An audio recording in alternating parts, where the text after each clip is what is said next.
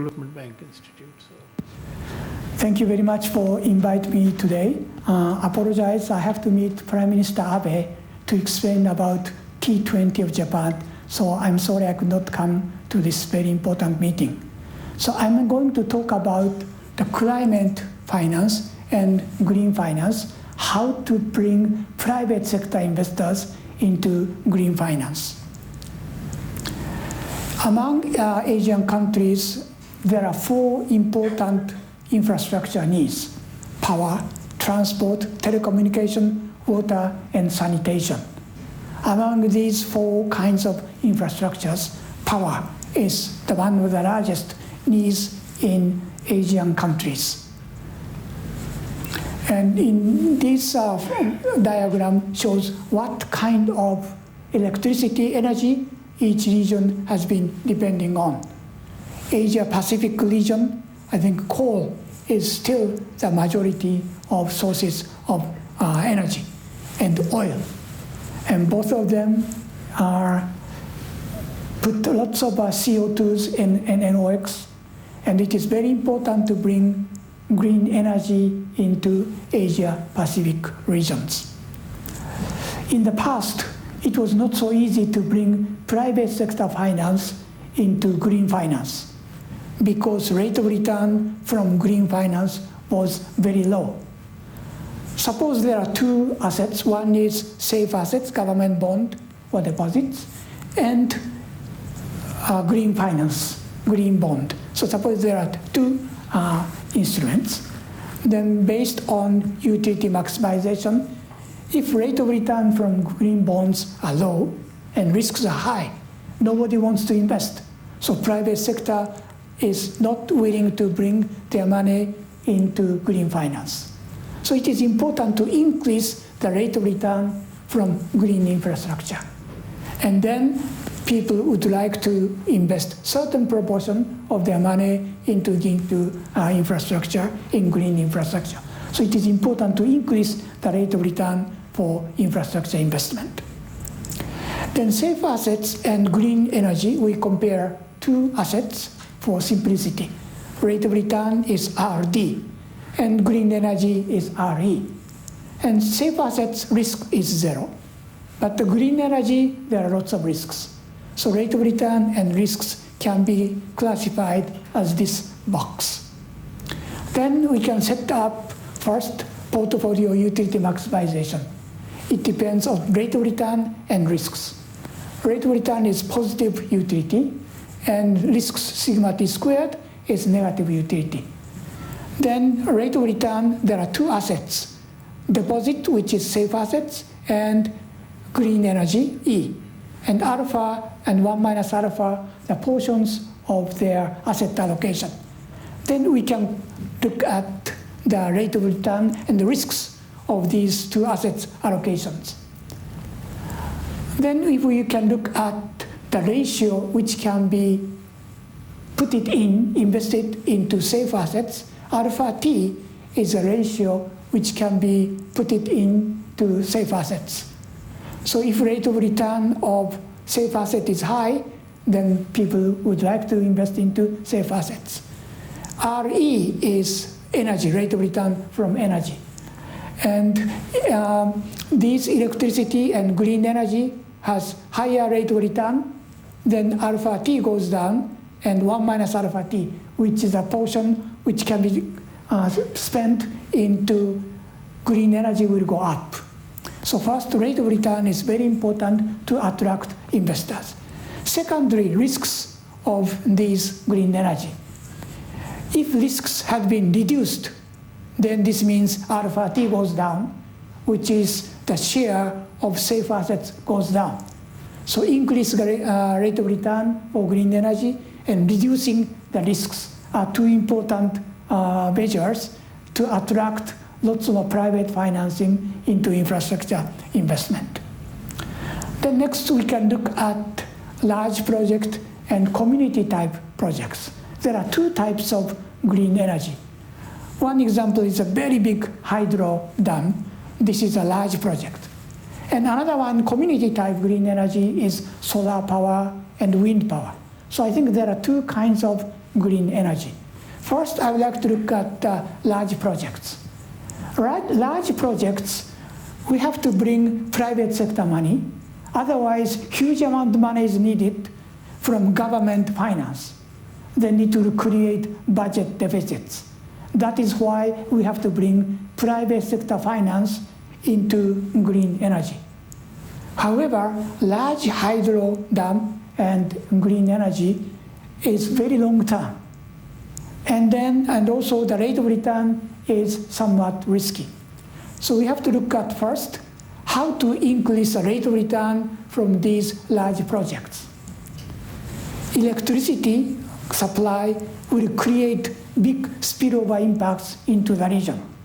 If electricity has been supplied, new apartment can be constructed, new business comes into the region, and then residential area will be developed, and economic activities will be increased. So these spillover effects brought by electric power supply will create big spillover tax revenues. Property tax revenue will go up because many residential area will be constructed and commercial business district can be developed. Land price will go up and employment will be created, so income tax will go up. And corporations will come this region, corporate tax revenue will be increased. So that will create big spillover tax revenues along these big hydro project. So electricity supply will create regional development and spillover tax revenues. Traditionally, electricity depend on user charges for their main revenues. But electricity is necessary goods. So people who are using this electricity wants to prefer very low user charges. But investors into green energy prefer high rate of return. So there are conflicts between the two, users and investors. And investors prefer high rate of return, but users prefer low user charges. That is why public-private partnerships didn't go so well in many countries. So my proposal is not only rely on user charges for electricity revenues, but also part of these spillover tax revenues be returned to infrastructure investors. Then suppose 50% of these increased tax revenues were returned to green power investors. Then the rate of return will become dotted line instead of green line, which means rate of return will become from green to this blue. That means the rate of return can be increased, and that can attract much more investors. And these increased tax revenues can be injected as a subsidy, as a return for private investors in next year. And that will increase the rate of return for private investors. Then banks, insurance companies can invest into this green energy. And green energy can be changed into revenue bond, and also equity investors can be put it in. Bank loans became much more cautious in many countries because of Basel capital requirement. So certain cases, their supply curve becomes backward bending.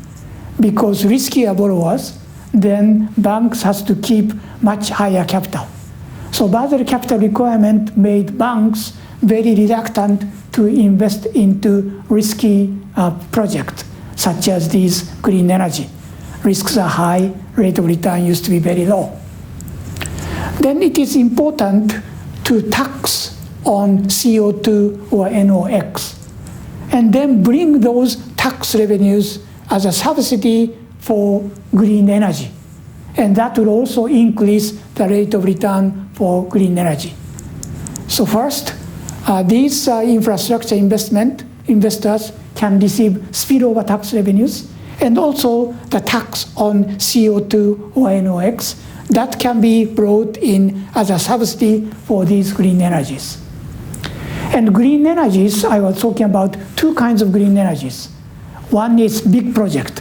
Another one is wind power or solar power. These are community-based green energies. Then these community-based green energies can collect money from individuals in the region.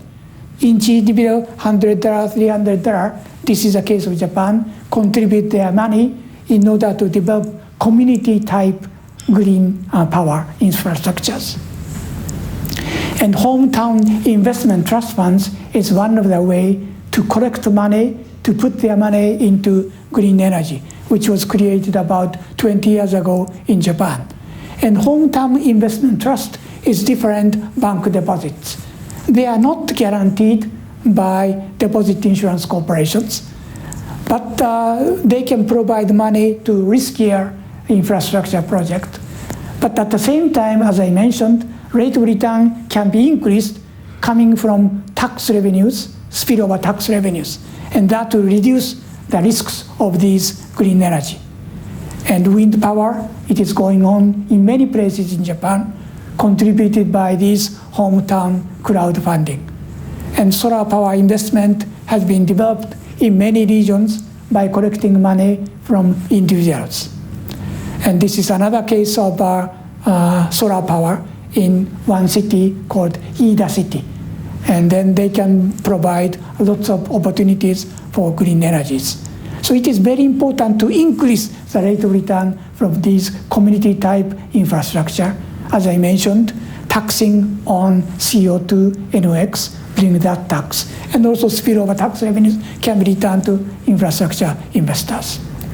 Lastly, these green power can be receiving money from long-term investors, such as pension funds or insurance. Especially for large projects, it is important to bring money from insurance and pensions as an institutional investors.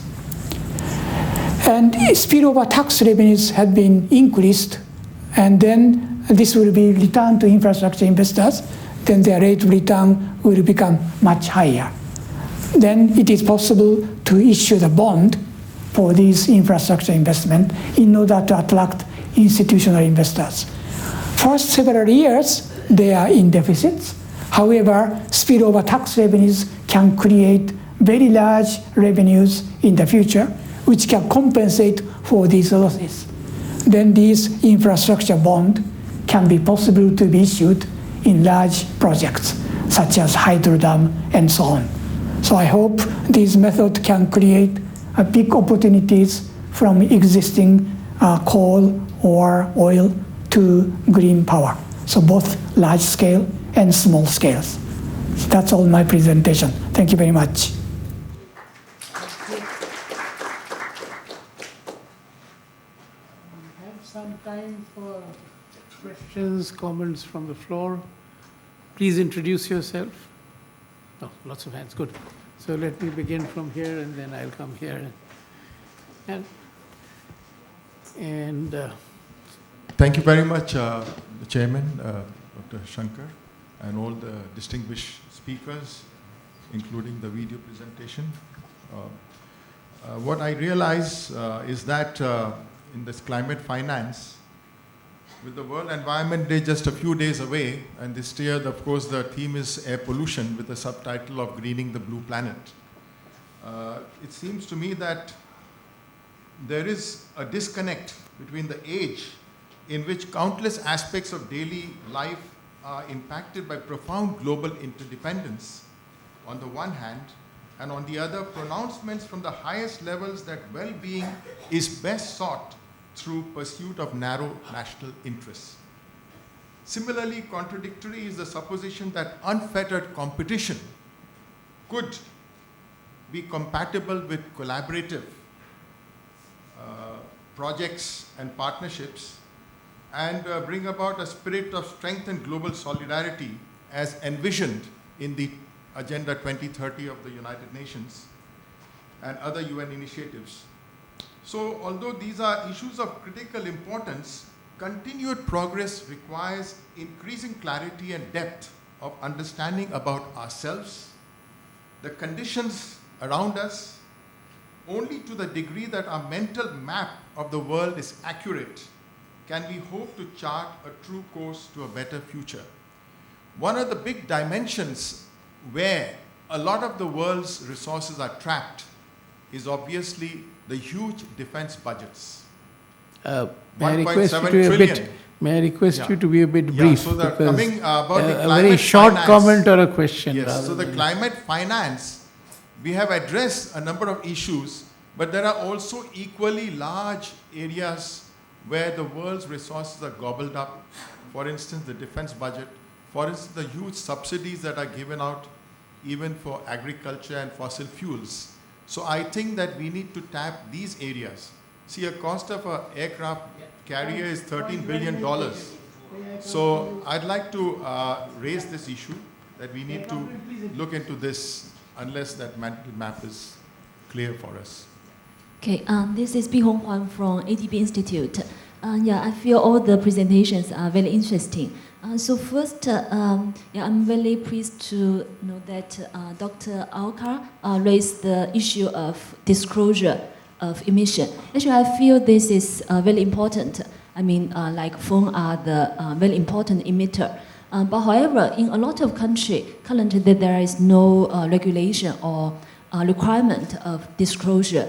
Actually, I think this is something that G20 countries should work together to set the standard of disclosure. Actually, some research has already shown that like disclosure not necessarily reduce the firm value because disclosure increase the transparency, which is good for the investor. So my question is, has India done something on disclosure? I mean, maybe first step could be on the public firms. We can require public firms to disclose like the amount of emission and also their exposure to the potential climate risk. And second is about the transmission. Actually, I feel that the transmission is urgent and should not be delayed. But however, transition itself could be costly. Actually, recently, the network for greening the financial system, which is led by central banks in 34 countries, they raise the risk of transition. On one hand, transition, transition to the low emission economy could actually destroy some of the existing physical assets. For example, some infrastructure, some facility is still in good condition and can be used for production. But to transition to a low emission economy, such kind of facility and infrastructure need to be maybe destroyed. And in the short term, actually this will have very significant macroeconomic impact and could also impose the risk on the financial system. Actually, I recently have a paper using the Chinese case to see that transition in the short term could increase the financial default and impose the risk on the financial system. So my feeling is that the transition should be smooth and orderly, and I mean in terms of regulation, financial sector should use some measures to moderate such kind of risk so that to ensure the smooth transition. I'll come back. My question is on R&D.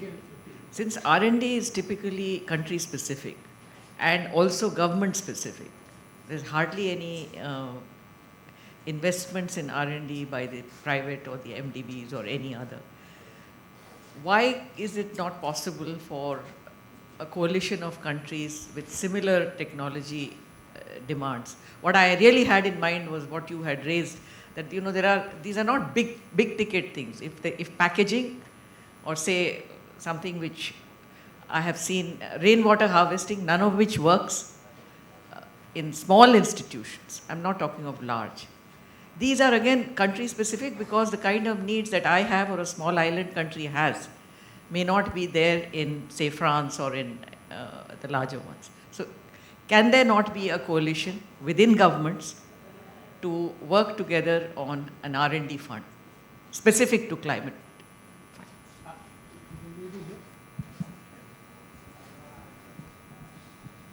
Thank you everyone for such an inspiring though frightening panel session. My name is Tanya Spisbar from the Australia-India Institute. My question relates to government leadership. Throughout all your presentations, we've identified the need to mobilise global private green finance, but that this is not happening at significant, necessary and sustainable levels. The reason, in my view, is that government needs to provide a climate of confidence by appropriately taxing negative externalities to make transparent the real price of high carbon reliant economies, as was pointed out by Amar Bhattacharya.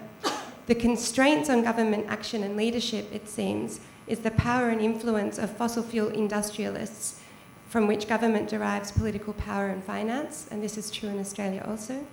And secondly, dependence on workers in fossil fuel industries where they vote to keep government in power. And they are often scared by misinformation to protect the status quo. So my question to the panel is, how can we use what's left of multilateral cooperation through the G20 and other fora to empower governments to lead appropriately and confidently to provide a pathway for private finance? Thank you. Hello, I am Ravinder Singh. Sir, there are huge opportunities to, cut our emissions. For example, tea can be made through solar heating systems.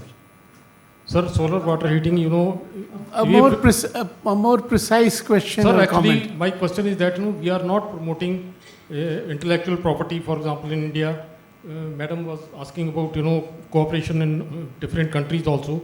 We need green patents so that we can develop commercial technologies like making tea from solar water heating system.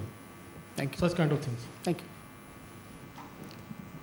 Ulka, thanks for that presentation. You started by saying 300 ppm to 400 in a span of the last 40 years.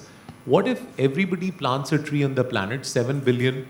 What is the impact of tree plantation, something as simple as that could help us address this issue rather than looking at impacting coal, etc., which may not be third world countries' objective? My name is Akash Kapoor. I'm an IT engineer and I'm going to be starting my master's in sustainable development from the London School of Economics. So my question is in regards to my research. My first question is to Mr. Mishra.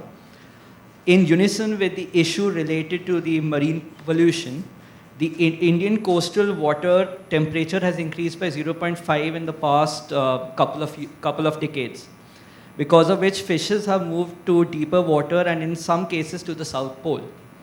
The issue has the potential to cause disagreement between countries and also lead to fishermen to spend more resources in, say, ice, fuel, and in other resources of the same type.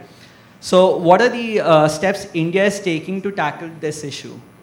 I have one more question, if you don't mind. Yeah. My second question is to Kelkar ma'am. My question is, are we in any way close to the 7 wedge approach?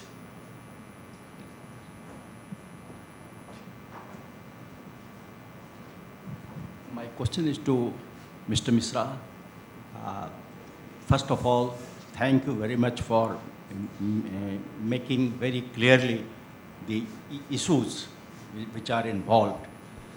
My question is, granting that there is a difficulty in getting international finance, there is a difficulty in getting finance for the climate change. But what you have is a carbon sink, huge carbon sink in the shape of forest. But why can't we are not jealously protecting the forest?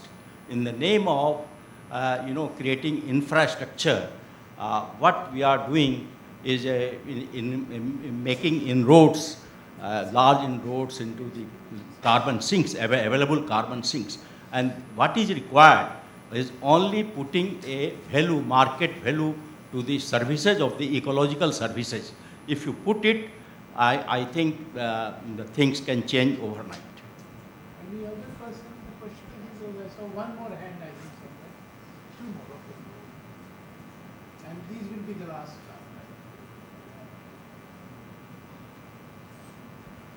round. Very stimulating discussions. I'm a retired professor of JNU. I have one question. I came a little late, so I don't know whether it has been answered. There has been a suggestion that we, at the international level, institutions like IMF could issue special drawing rights for climate finance. Has this been discussed? Thank you. One more and that's the last one. Thank you very much. I'm not relating to this climate change. I'm Delhi University economist. But I would like to say something about the financing, how to save money for your climate change. There are two things. One, development paradox. China has created under the Chinese dominance hypothesis. Restrict yourself to a minute or so. Please. This is a very important idea. If you don't want to hear this, please, in half second I will do that. Okay. China borrowing money from ICRIER and providing money to other nations. Okay. China should be stopped for that. Second point, BRIC has started NDB, New Development Bank, alternate to Bretton Woods. I think this purpose will not be served. I think it is better to save money rather than without any economic rationality, because the operational cost is very high for this bank without any thing. Thank you very much. Last one there.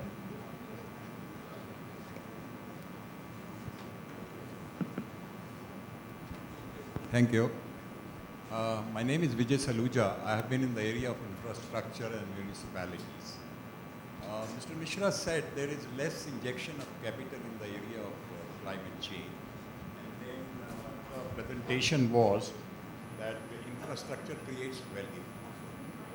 My suggestion is that yes, capital is needed, but the need is also of utilizing in a very optimum manner. I have seen in the municipalities all over, in India and over other countries, the way the funds are being spent on infrastructure, I think it needs to be closely monitored. And to the statement that infrastructure creates value, I will also say that the bad infrastructure creates problems and problems. So this needs to be strictly monitored. Thank you. Now, panelists who would like to respond, may we begin with you. Is there any comment you want to make or respond to? Yeah. Thank you. So there were several questions that were addressed to me. I'll try to answer them. So the first question was about whether India has any norms on disclosure. So right now it's all on a voluntary basis. I think the colleagues over here from the Carbon Disclosure Project, there are companies that voluntarily disclose some amount of information. There is, of course, at a national scale reporting to the UNFCCC. The problem with a lot of the disclosure that happens in the private sector is that it is not standardized. There are efforts to have a common format, a common template, but the kind of thing that we talked about with the TCFD, with now 500 firms globally joining in a couple of years, if that were to be, an initiative like that were to be standardized and widely adopted, then you could at least compare. Otherwise, we'll have the same kind of issue that we have with the UNFCCC climate reporting, that it's very hard to disentangle what is coming from where and what is being actually funded. So clearly, there's a role for G20 to adopt a kind of standardized approach. Your second question is a very difficult one, which is how can you make sure that the transition is a smooth one and that it doesn't create costs in the interim? And as we know in this country, we have gone through transitions in the past. There will be transitions in the future. We talk about automation and so on. There are only two suggestions that I would have. One is don't lock in into new high carbon infrastructure or high carbon industries. Now that we know what's on the horizon, let's not now get into new types of infrastructure which are high carbon rather than low carbon. And secondly, can we mainstream climate considerations into budgets at a very local scale, whether it is a level of districts or municipalities? That is one way of making sure that the transition is relatively smooth. The other question that was asked of me was the impact of tree plantation. And I would say yes and no. I'll say why no first, because the information that I presented comes from the IPCC 1.5 degree Celsius report. So that was a very specific mandate that was given for that report, which is how can we achieve this 1.5 degrees Celsius target? Is it even possible? And the way they've answered it is, yes, it is possible, but we have to do very drastic things, and tree planting is not enough. So they go on to even more drastic things like capturing carbon out of the atmosphere. It's called carbon capture and storage. So they talk about even negative emissions. So the other constraint that we have is that land is in short supply. If you're going to plant trees, it's the same lands that are needed for plantations, that are needed for settlements, that are needed for agriculture, that are needed for solar farms, and so on. So that is, having said that, India actually has a climate target specifically for tree planting for carbon sink. WRI India has presented a report recently called the Restoration Atlas, which shows that you could plant trees. Okay, I'll try to that up. You could plant trees on degraded lands through agroforestry, meet the commitment that India has made, as well as contribute to farmers' incomes. So I'll stop over there. Would you like to say something? Yeah, I just want to say just 2 points. One is on R&D. I think we need collaboration both at the international level and at the local level. I mean, I strongly agree with the point that Secretary Mishra made, that unless we have a freer flow of technology, but also think about the consultative group on agricultural research as a good example of what you can do through international collaboration. And at the other level, we need local solutions, or we need local R&D. I think I just want to come back to what I would call the challenge of acceleration in a difficult world. Everything that we know, everything this panel has said, suggests that we have very, very little time to actually tackle the problem. But the issue of leadership, as was pointed out, is really the fundamental challenge that we face today. And I think, that challenge of leadership will play out at many levels. In the G20, certainly the appetite for doing things on climate has waned since Hamburg. And that's a reality, and so countries will have to step up and build coalitions around leadership. Finance ministers are relatively little engaged in the climate agenda, and if they are not engaged, we are not going to get the progress we need. And therefore, this coalition of finance ministers and the Helsinki principles have to be given real traction. Central banks are actually stepping up more. The network of greening financial system, as was mentioned, has 34 active central banks now engaged. But at every level we need leadership. But we need leadership from the common citizen, because that's what will ultimately bring world leaders and the world community that this is a problem. And in the United States, where one can see that even though the government is in denial of climate change, it's actually leadership is coming from every other part. So I think that we all have to come back to the refrain that we only have 12 years in which to turn this ship around, and we are not even beginning to recognize the problem on the horizon. Thank you. Just a few points, and to begin with, on the issue of disclosure, just to add to what she said, there is a compulsory biennial disclosure which is made to the UNFCCC. The only problem is that it's not standardized across the globe. What COP24 has tried to do under the transparency framework is to standardize that format. And the problem is that ultimately the agreement is that countries are at various levels of capacities in terms of reporting. So ultimately what has been agreed to is that each will report according to his capacity. So the disclosures would by and large remain at that level. But there are disclosure methods which are very clear and outlined. R&D collaboration is critical in both investment terms and the fact that two nations or two organizations do not engage in the same kind of research. I mean, if we share research, at least duplication will stop.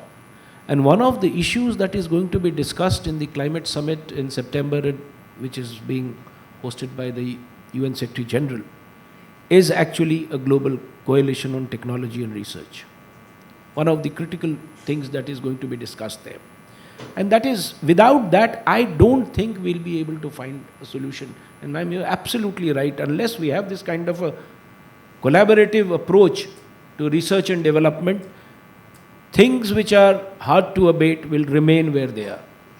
We need to come up with newer solutions, and innovation is the ultimate thing that will help us.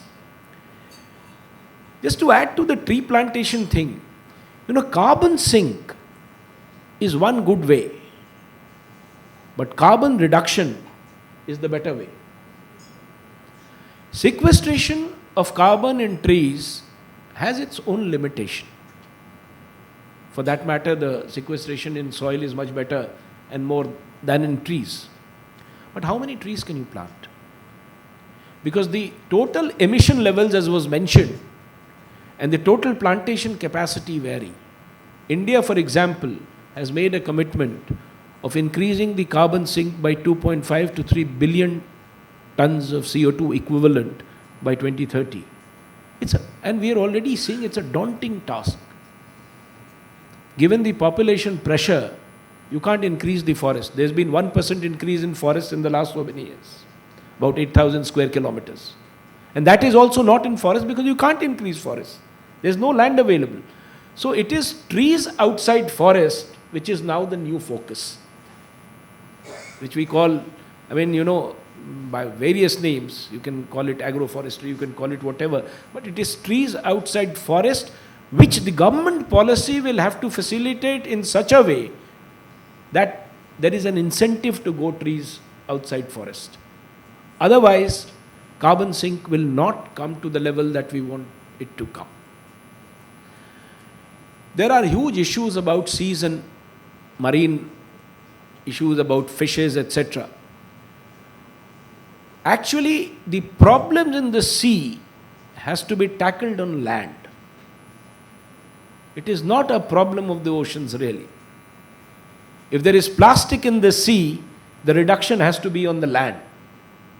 Reduction has to be at the production, consumption level, and the recycling, reuse has to be increased.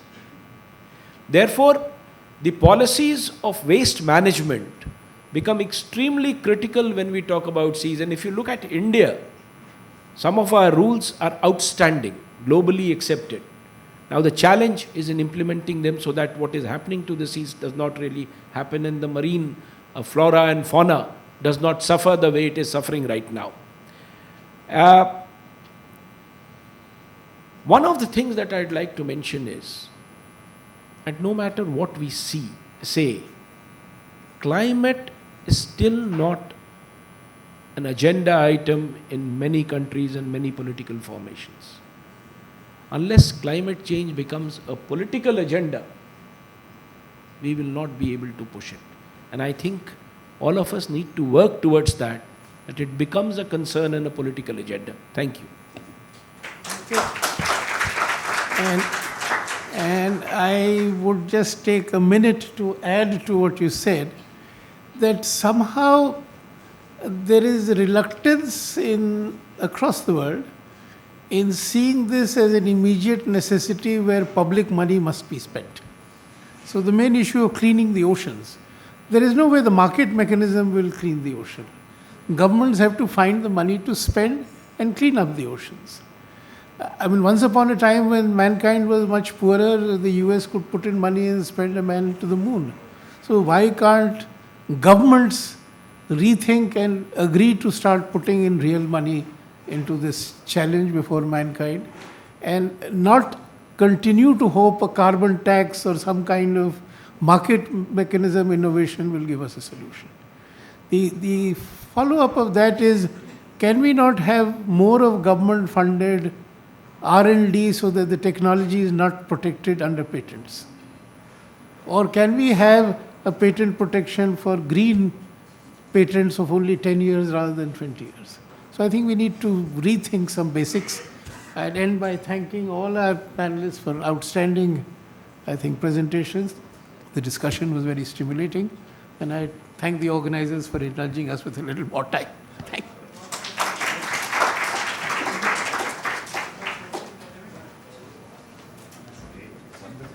If I could have everybody's attention for an announcement. Before that, I must congratulate the panel and the chair for a wonderful session. If you are interested in buying the book, The Globotics Upheaval, the autographed copy of book, The Globotics Upheaval, please contact our registration desk outside. The book will be available at its India launch event tonight at 7 in Gulmohar Hall, India Habitat Center. Thank you.